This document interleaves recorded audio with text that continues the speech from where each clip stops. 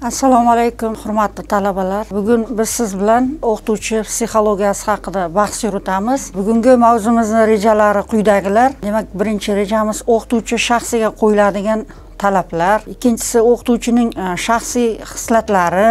Uchinchi rejamiz o'qituvchining bilimi va o'z kasbiga xos xislatlari. To'rtinchi rejamiz o'qituvchining tashabbuskorligi va kommunikativ malakalari va beshinchi rejamiz pedagogik qobiliyatlar haqida gaplashamiz.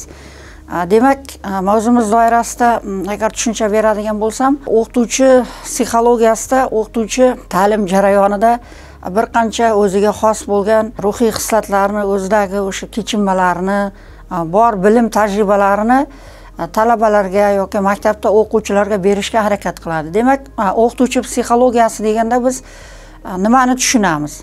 O'qituvchi psixologiyasi bu ta'lim jarayonida o'qituvchi shaxsining psixologik holati va xususiyatlarini o'rganishidir. Ushbu soha vakillari, ya'ni o'qituvchining hissiy kognitiv, ya'ni bilish jarayonlari va motivlari jarayonlarida chuqur tushunchaga yordam bera oladi.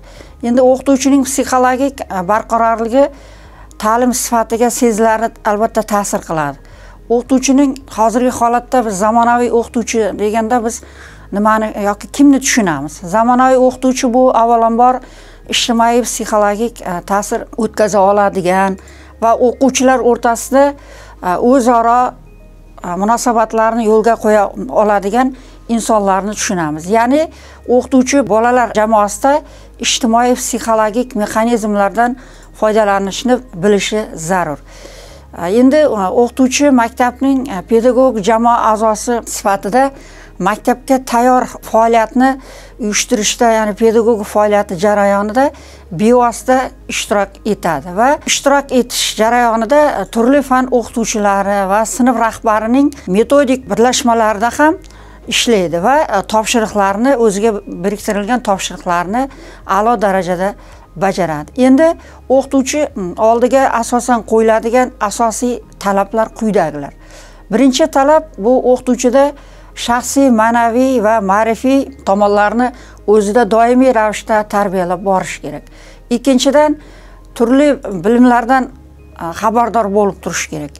Va uchinchisi, psixologiya sohalari doirasida ustuvor bilimga ega bo'lgan darajada bo'lish kerak. To'rtinchi tomondan, o'zining o'sha dars berish jarayonida boshqa fanlar nuqtai nazardan ham mustahkam bilimga ega bo'lishi kerak. Ya'ni o'zining fani doirasida, o'zining fanida didaktik bog'langan holdagi boshqa fanlar bilan bog'lash tushunchasida bu yerda berib o'tiladi. Endi navbatdagisi ta'lim va tarbiya metodologiyasi nuqtai nazardan ta'lim va tarbiyani dars jarayonida birgalikda uzviy qo'llash lozim va o'ziga ijobiy yondashish tushuniladi. Navbatdagisi, o'qituvchi albatta bolalarning psixologiyasini bilishi, ularning ichki dunyosini tushuna olishi lozim. Pedagogik texnikani, masalan, uning mantiqiy nutqi yoki bo'lmasa mantiqiy nutq bilan birga ta'limning sifatli vositalari va pedagogik fanga ega bo'lishi lozim va o'zining bilimi va psixologik mahoratini doimiy ravishda tajribalar yordamida oshirib borishi kerak. Endi psixologlardan Kuzmina, Slasverin va boshqa psixologlar o'qituvchi psixologiyasini o'rganishi jarayonida o'qituvchilik kasbini atroflicha bir qancha omillarga bog'lab o'tadi. Shuningdek, o'qituvchi batafsil ko'rgazmalar asosida imkoniyatini har yili o'sha har darsda lozim bo'lgan vaqtda yangilab borishi kerak. Endi hozirgi zamonaviy o'qituvchi qanday bo'lishi kerak? U o'qituvchi sifatida qanday o'zidagi shaxsiy xislatlarni oshirib borishi kerak va doimiy ravishda o'zidagi shaxsiy xislatlarni dars jarayonida, ish tajribasida qo'llab borishi kerak. O'qituvchining shaxsiy xislatlari quyidagilardan iborat. Avvalambor o'qituvchining shaxsiy xislatlariga keladigan bo'lsak, birinchi o'rinda o'qituvchi bolalarni yaxshi ko'rish kerak. Ularga farzandlaridek muomalada bo'lish kerak va bolalarni sevishi kerak. Va amaliy psixologik aql farosatlik darajasi o'qituvchida namoyon bo'lishi kerak. Uchinchidan, o'qituvchida mehnatsevarlik g'oyalari shakllangan bo'lishi kerak. Navbatdagisi, bu jamoat ishlarida faol bo'lish kerak. Navbatdagisi o'qituvchida mehribonlik his-tuyg'ulari, kamtarlik, odamiylik, dilkashlik kabi his-tuyg'ulari shakllangan bo'lishi kerak va o'qituvchi ishbilarmon, mustahkam xulq-atvorga ega bo'lgan, aql-farosatga ega bo'lgan shaxs sifatida tanilish kerak va o'z bilimlarini doimiy ravishda o'qituvchi oshirib borishi kerak. Endi o'qituvchining shaxsiy xislatlaridan tashqari, o'qituvchining kasbiga xos bo'lgan bilimlari ham albatta o'qituvchi psixologiyasida, o'qituvchining ish jarayonida albatta juda katta muhim ahamiyat kasb etadi. Ta'lim va tarbiya jarayoni mohiyati jihatidan oladigan bo'lsak, o'qituvchi o'zini oldiga aniq bir maqsadlarni qo'yishi lozim va maqsadlarini o'quvchilarga tushuntira olishi kerak. Psixologiya asoslari, masalan, yosh psixologiyasi va pedagog psixologiya asoslarini bilishi, etnopsixologik bilimlarni egallashi, o'zini ustida doimiy ishlaydigan va jamoada doimo zamon talablari asosida o'zini ish tajribasini doimiy ravishda boyitib borishi kerak. Endi o'qituvchilik kasbiga xos bo'lgan bilimlarga to'xtalib o'tadigan bo'lsak, hozirgi zamon pedagogikasi o'qituvchini anchagina mustahkam bilimga ega bo'lishini va uni doimo ongli ravishda oshirib borishini talab qiladi. Va bundan tashqari o'qituvchi o'zining kasbiga yondashish jarayonida psixologik va pedagogik xususiyatlarni ham doimiy ravishda o'zida ta'minlab borishi kerak. O'z fanini o'qitish yoki o'z fanini o'qish, o'zini ustida ishlash jarayonida bir qancha metodikalarni bilishi va metodikalarni dars jarayonida, ish tajribasida qo'llab borishi zarur va shart deb o'ylaymiz. Endi o'quvchilarga tarbiyaviy ta'sir etishning bir qancha yo'llarini o'ylab topish kerak. Albatta, o'quvchilarga tarbiyaviy ta'sir ko'rsatish jarayonida o'qituvchining o'zida shaxsiy o'sha tarbiyaviy xislatlar ham bo'lishi kerak. Endi o'qituvchida o'z kasbiga xos bir qancha sifatlar haqida to'xtalib o'tamiz. O'qituvchining o'z kasbiga xos bo'lgan xislatlar quyidagilar. Birinchidan, o'qituvchining kuzatuvchanligi kuchli bo'lishi kerak. U doimiy ravishda lozim bo'lgan joyida o'zini ham kuzatib borish kerak, jumladan bilim berayotgan o'quvchilarni ham doimiy nazoratda bo'lib kuzatib borish kerak va o'z diqqat e'tiborini doimiy ravishda taqsimlay olishi kerak. Ya'ni dars jarayonida o'qituvchi diqqatini bir joyga to'plab, o'quvchilarga agar diqqatini qaratadigan bo'lsa, albatta o'quvchilar ham o'qituvchining dars jarayoniga befarq qaramaydi. Darslarga qiziqish bilan yondashadi. Bundan tashqari, pedagogik o'qituvchida xayolning rivojlanishi. O'qituvchi darsga o'sha tayyorlanish jarayonida avvalambor o'tiladigan yangi mavzuga butun diqqat e'tiborini, xayolini doimiy qaratish kerak va o'ziga o'qituvchi doimiy ravishda tanqidiy munosabatda bo'lishi lozim. O'qituvchida ba'zi holatlarda o'zini boshqara olmaydigan darajada yoki bo'lmasa kuchli stress holatda yoki qandaydir bir agressiv holatlarda o'qituvchining ish tajribasi hech qachon o'quvchilarga o'sha dars jarayonini berishda natija ko'rsatmaydi. Shuning uchun ham o'qituvchi o'zidagi barcha stress holatlarini yengib, o'sha yuqori kayfiyatda o'quvchilarga ta'sir o'tkaza olishi kerak. Albatta, yuqoridagi o'z kasbiga xos bo'lgan xislatlarga amal qiladigan bo'lsa, o'qituvchi maqsadiga erishadi va mavzuni ham o'quvchilar ongiga singdirib boradi. Endi o'qituvchida pedagogik takt albatta namoyon bo'lishi kerak.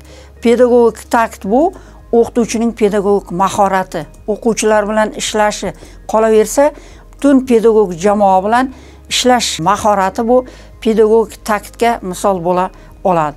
Endi o'qituvchining nutqi emotsional ta'sir ko'rsata olishi kerak. Ya'ni shunday emotsional ta'sir ko'rsata olishi kerakki, o'quvchilarga uning nutqi ohangi dars jarayoniga jalb qilishda asosiy muhim rolni o'ynashi kerak. Endi o'qituvchining shaxsiy pedagogik uddaburonligi. O'qituvchining shaxsiy pedagogik uddaburonligi bu dars jarayonida yoki darsdan tashqari holatlarda o'quvchilar bilan individual ishlash jarayonida o'qituvchidan o'quvchilarga nisbatan juda katta uddaburonlikni talab qiladi.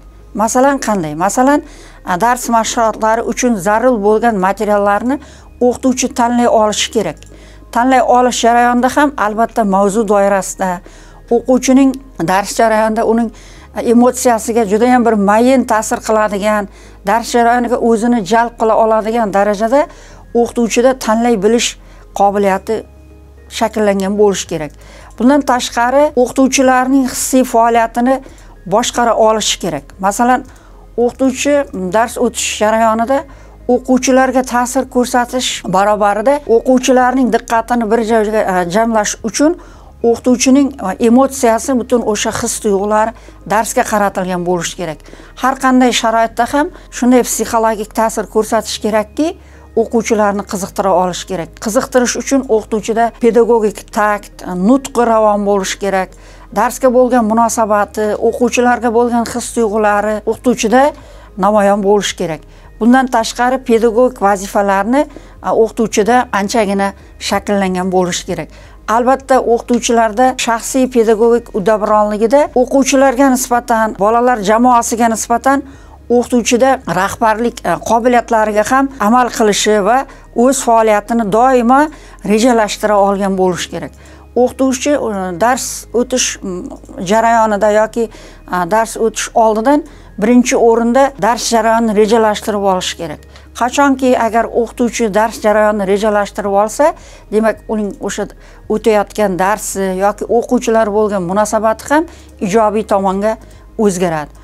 Undan tashqari o'qituvchi o'zini dars jarayonini, o'quv materiallarini to'g'ri rejalashtira olishi va bundan tashqari o'zini ta'lim-tarbiya ishlariga doimiy ravishda tayyorlab borish tizimini ishlab chiqish kerak. Chunki har bir o'qituvchining o'tayotgan darsi yangi darsga, o'sha yangi mavzuga tayyorlanishi rejali ravishda agar amalga oshsa, o'qituvchi dars jarayonida maqsadga erishadi va darsda o'quvchilarni o'sha o'zining o'tayotgan mavzulariga, nafaqat mavzulariga, darsga ham qiziqishini oshiradi. Endi o'qituvchi shakllantirish jarayonida birinchi o'rinda bolalar jamoasini uyushtira olish kerak. Undan tashqari, bolalar jamoasini uyushtirishdan tashqari, bolalarni doimiy ravishda bolalarning darsga qiziqishiga yoki bo'lmasa ularning dars jarayoniga faolligini oshirish jarayonida o'zini ustida doimiy kreativ g'oyalarni amalga oshirish kerak. Endi turli sharoitda va turli vaziyatlarda ham bolalar jamoasini o'qituvchi boshqara olishi kerak. Masalan, bitta sinf misolini oladigan bo'lsak, o'sha sinfdagi bolalarning turli xil xarakter, temperamentlari yoki bo'lmasa sho'x bolalar bo'lishi mumkin, tarbiyasi qiyin o'quvchilar bo'lishi mumkin yoki anchagina dars jarayoniga o'qituvchiga nisbatan loqayd yoki notinch oila farzandlari bo'lishi mumkin. O'quvchilarda turli xil xarakter xislatlardagi bolalarning taqdiriga o'qituvchi albatta qiziqishi kerak. Shuning uchun dars jarayonini boshlashdan oldin o'qituvchida o'quvchilarning psixologiyasini, ularning xarakterini, temperamentini o'rganib olish o'qituvchining dars jarayoniga albatta samarali ta'sir qiladi va bilim va dars jarayonida tajribalarini doimiy ravishda tez, qulay va qo'llab olishga ta'sirini o'tkazadi. Endi o'qituvchining psixologiyasini o'rganish jarayonida o'qituvchida bir qancha kommunikativ malaka tajribalari ham bo'lishi kerak. Avvalambor o'qituvchida kommunikativ malaka talablari bo'lish jarayonida bolalarni o'ziga jalb qila olish qobiliyati bo'lishi kerak. Ikkinchidan, bolalar va ota-onalar o'rtasida doimiy ravishda maqsadga erishish maqsadida pedagogik munosabatlarni o'zida shakllantirib borish kerak. Ya'ni pedagogik munosabatlar deganda biz nimani tushunamiz? Ota-onalar bilan o'qituvchi doimiy ravishda muloqotda bo'lish kerak. Masalan, ayniqsa guruhdagi tarbiyasi qiyin yoki notinch oila farzandlari bo'lishi mumkin. Ular bilan, ota-onalar bilan hamkorlikda agar doimiy ravishda ish olib borsa, albatta maqsadga erishadi. Shuningdek, dars jarayonida faol bo'lgan o'quvchilarni doimiy ravishda o'qituvchi ma'naviy rag'batlantirib borishi kerak.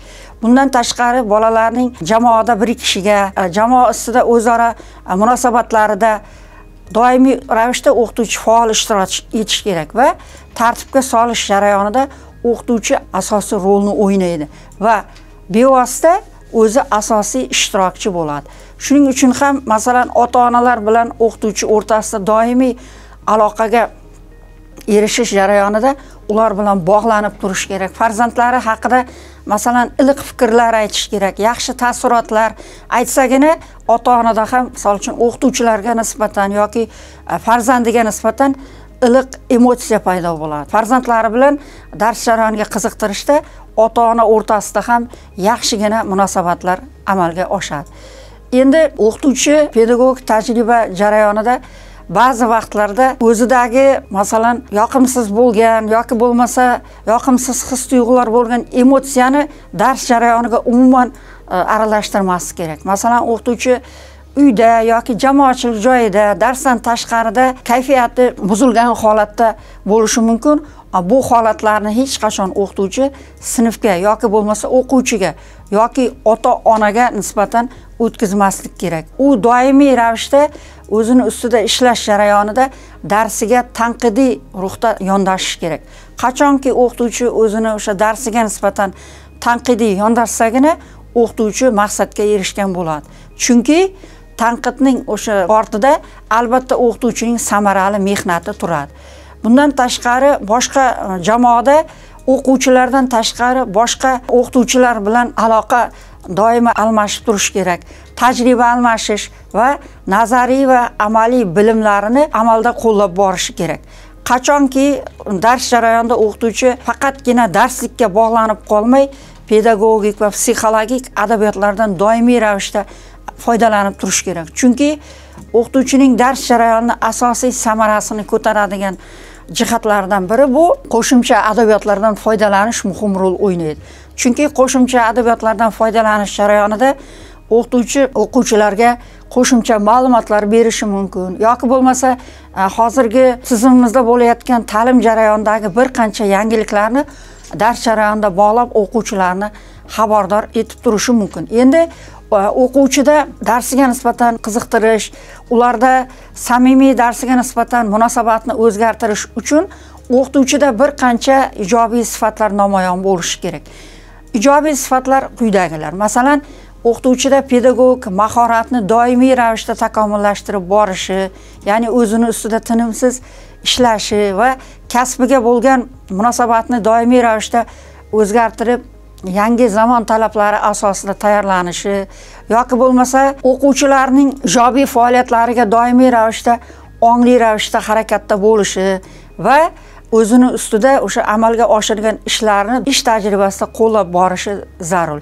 Endi o'zini o'quvchisi o'rniga birinchi o'rinda o'qituvchi o'zini qo'yishi kerak. Nimaga? Sabab o'qituvchida ham ba'zi holatlarda stress holat bo'lishi mumkin yoki uyda ota-onasi tomonidan o'qituvchi qandaydir bir ta'qiblarga uchrashi mumkin yoki dars qilish jarayonida o'sha darsga tayyorgarlik jarayonida qandaydir darsga salbiy ta'sir holatlari ota-onalar tomonidan o'tkazilishi mumkin yoki bo'lmasa o'quvchi qandaydir bir nosog'lom muhitga tushib qolishi mumkin. Bunday jarayonda albatta o'qituvchi o'quvchilar bilan qiziqib, ular bilan individual ishlashi lozim. Bundan tashqari o'qituvchiga pedagogik ta'sir natijalarini doimiy ravishda oldindan ko'ra bilishi lozim. Ya'ni o'ziga pedagogik ta'sirni avvalambor o'qituvchi o'quvchiga qo'llash jarayonida har bir o'quvchi bilan individual suhbatlashib borishi lozim.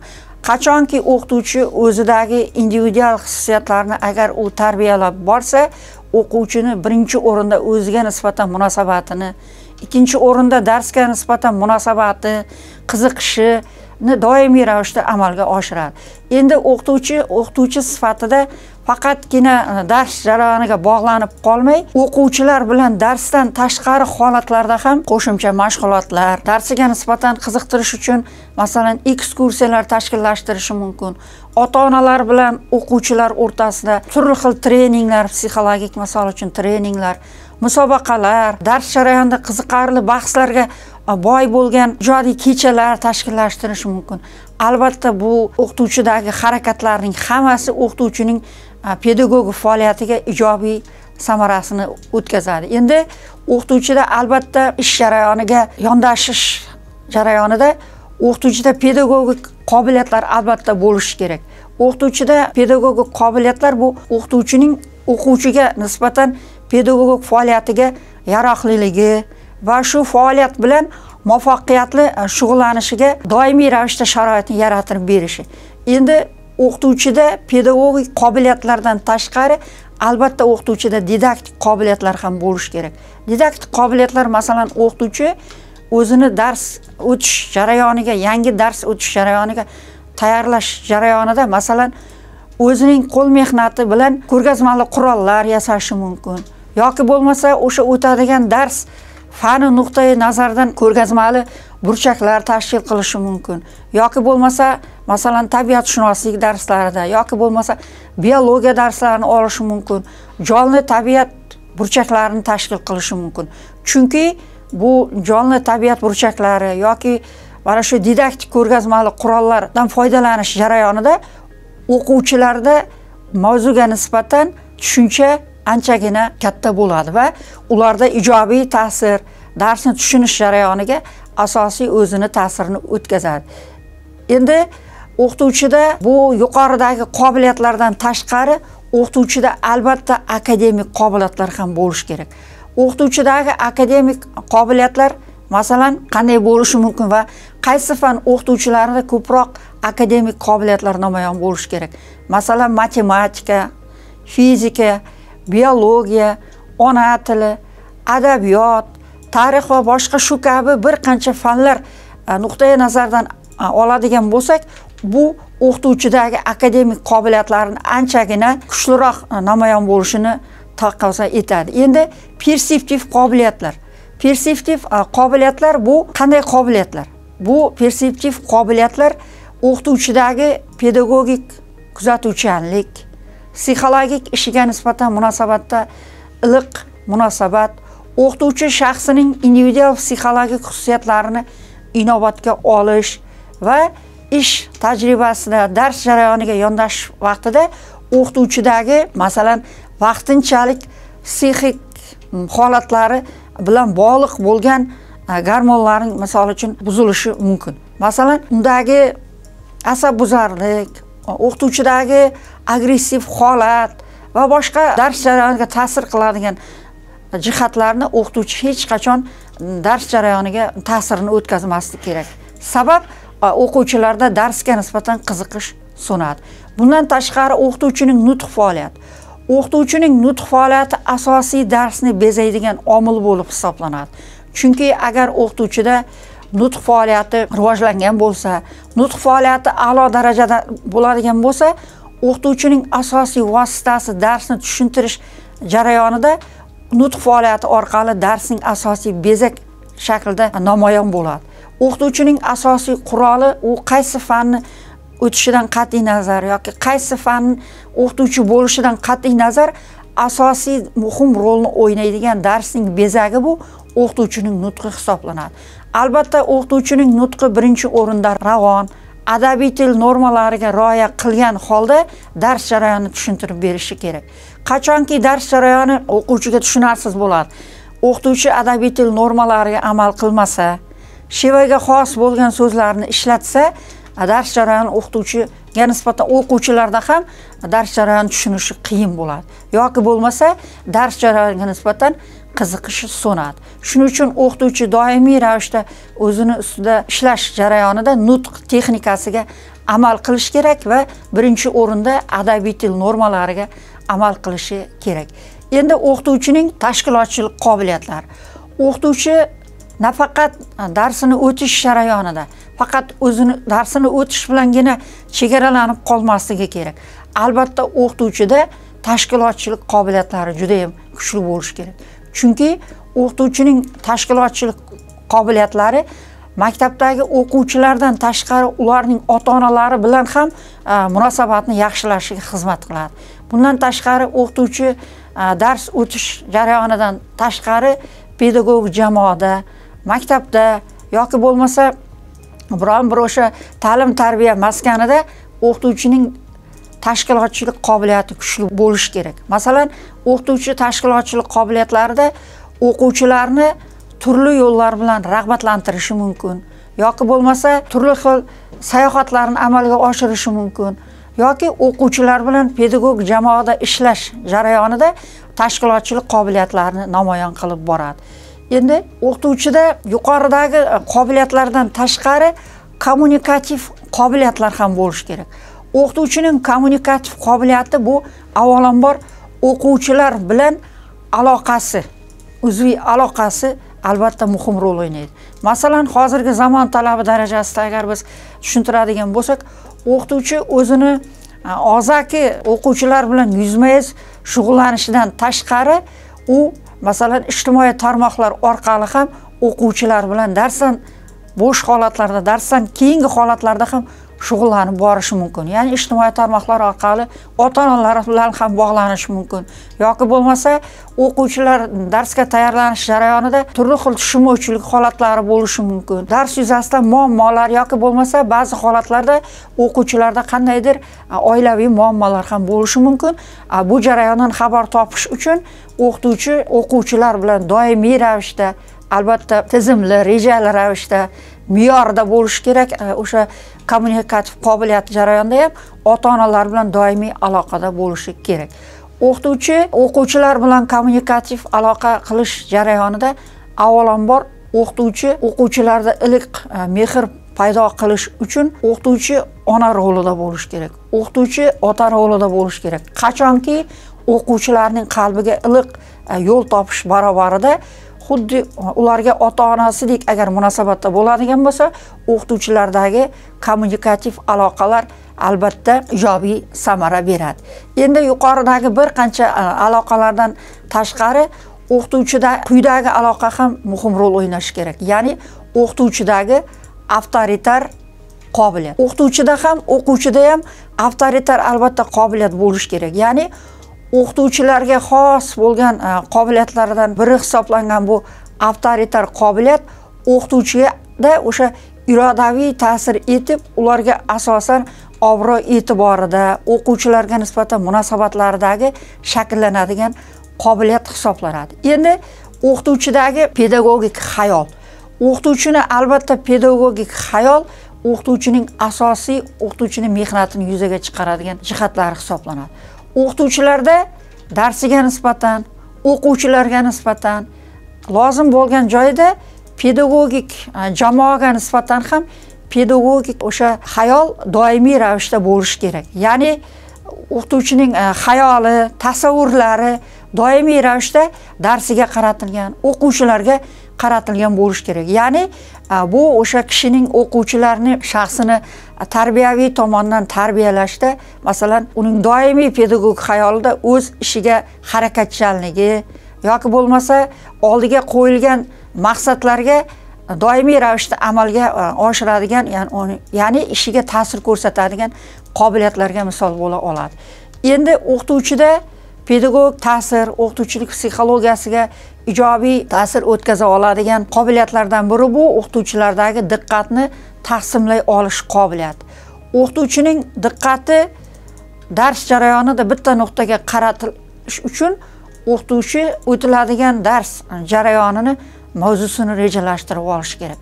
Qachonki mavzuni rejalashtirib olsagina o'qituvchining dars jarayoniga bo'lgan diqqatini taqsimlay olishi bu darsga nisbatan samara beradi. Masalan, o'qituvchining diqqatini taqsimlay olmasligi yoki bo'lmasa diqqatni taqsimlay olishda vaqt me'yorlariga amal qilmasligi bu o'qituvchining faoliyatiga ham o'zining ta'sirini o'tkazadi.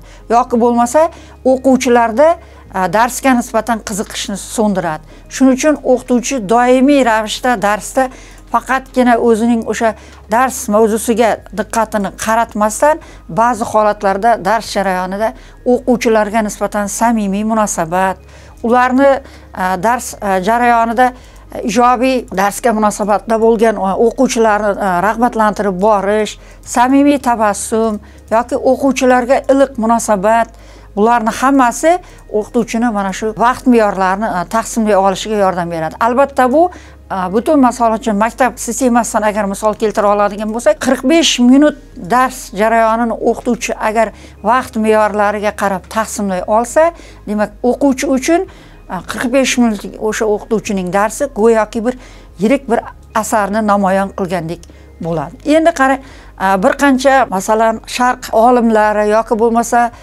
boshqa olimlar o'qituvchi haqida o'zining fikrlarini berib o'tgan. Masalan, mashhur faylasuf olim Al-Farabiy o'qituvchi haqida bir qancha iliq fikrlarni aytib o'tgan. Masalan, Al-Farabiyning ta'kidlashicha, o'qituvchi aql farosatga o'zini misol uchun undaydigan, doimiy ravishda chiroyli nutqqa ega bo'lgan va o'quvchilarga o'zini dars misol uchun xulq-atvorida yoki bo'lmasa o'zidagi irodaviy sifatlarni doimiy ravishda bilmog'i va tarbiyalab o'tishini ta'kidlab o'tadi. Yoki bo'lmasa tarbiyaviy tomondan ham o'qituvchi bir qancha omillarga ega bo'lishi kerak.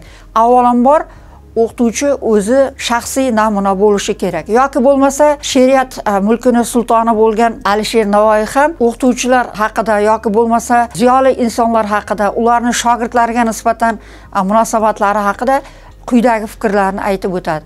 Masalan, agar shogird podshohlikka erishadigan bo'lsa, u doimiy ravishda u o'qituvchilariga nisbatan taqlid qilishini ta'kidlab o'tadi. Yoki bo'lmasa bundan tashqari Nasriddin Tusi va buyuk faylasuf olimlardan biri, pedagogika ilmiga o'zining hissasini qo'shgan olimlardan biri Nasriddin Tusi o'qituvchilar haqida quyidagi fikrni aytadi. Ya'ni o'qituvchilarni tarbiyaviy tomondan ularning tarbiyasi haqida avvalambor masalan o'qituvchi munosabatlarini doimiy ravishda o'zini ustida munosabatlarni yaxshilay olishi, tarbiya jarayonida ham, ta'lim jarayonida ham faol ishtirokchi doimiy ravishda o'zi bo'lishini ta'kidlab o'tadi. Endi pedagogik qobiliyatlar haqida agar to'xtaladigan bo'lsak, o'qituvchining pedagogik faoliyatining mahsuldorligini quyidagi omillarda biz ko'rib o'tishimiz mumkin. Masalan, qanday? Pedagogik ta'sir doirasida oladigan bo'lsak, o'qituvchi doimiy ravishda o'zining bilim tajribalarini o'z ustida ishlash orqali amalga oshirib boradi. Ikkinchi tomondan pedagog o'z fikrlarini atrofdagilar bilan samimiy ravishda o'zining fikrlarini albatta do'stona namoyon qilib borishi lozim. Do'stona namoyon qilib borish jarayonida masalan o'quvchilar bilan do'stona munosabatda bo'lish, ular bilan samimiy munosabatda bo'lish, shuningdek pedagog jamoa bilan ham doimiy ravishda o'zini ijobiy fikrlarini yoki bo'lmasa takliflarini doimiy ravishda namoyon qilib borishi mumkin. Shuningdek, o'qituvchi fanini ma'lum bir bo'limini yoki bo'lmasa ma'lum bir rejasi bo'yicha doimiy ravishda malaka oshirib borish strategiyasini doimiy ravishda egallab borishi kerak. Albatta bu jarayonda o'qituvchida o'zini ustida tinimsiz mehnat qilishi, o'zini ustida doimiy ravishda ishlab borishi, hozirgi zamon talablari asosida yoki bo'lmasa hozirgi o'sha siyosiy jarayonda bo'layotgan vaziyatlarni ijobiy tomonini albatta namuna bo'ladigan tomonlarini dars jarayonida ba'zi holatlarda qo'llay olish kerak.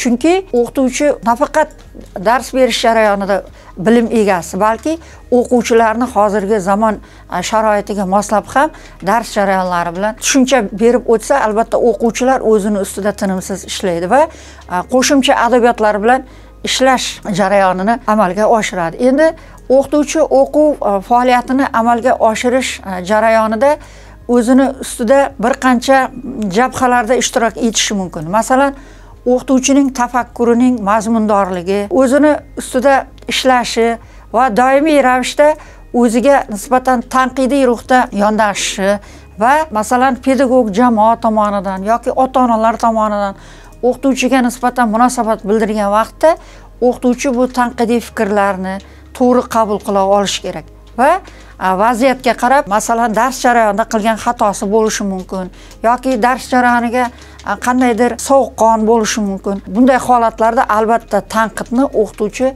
ijobiy qabul qilishi kerak. Demak, bugungi o'qituvchi psixologiyasi bo'yicha mavzumiz quyidagilardan iborat edi.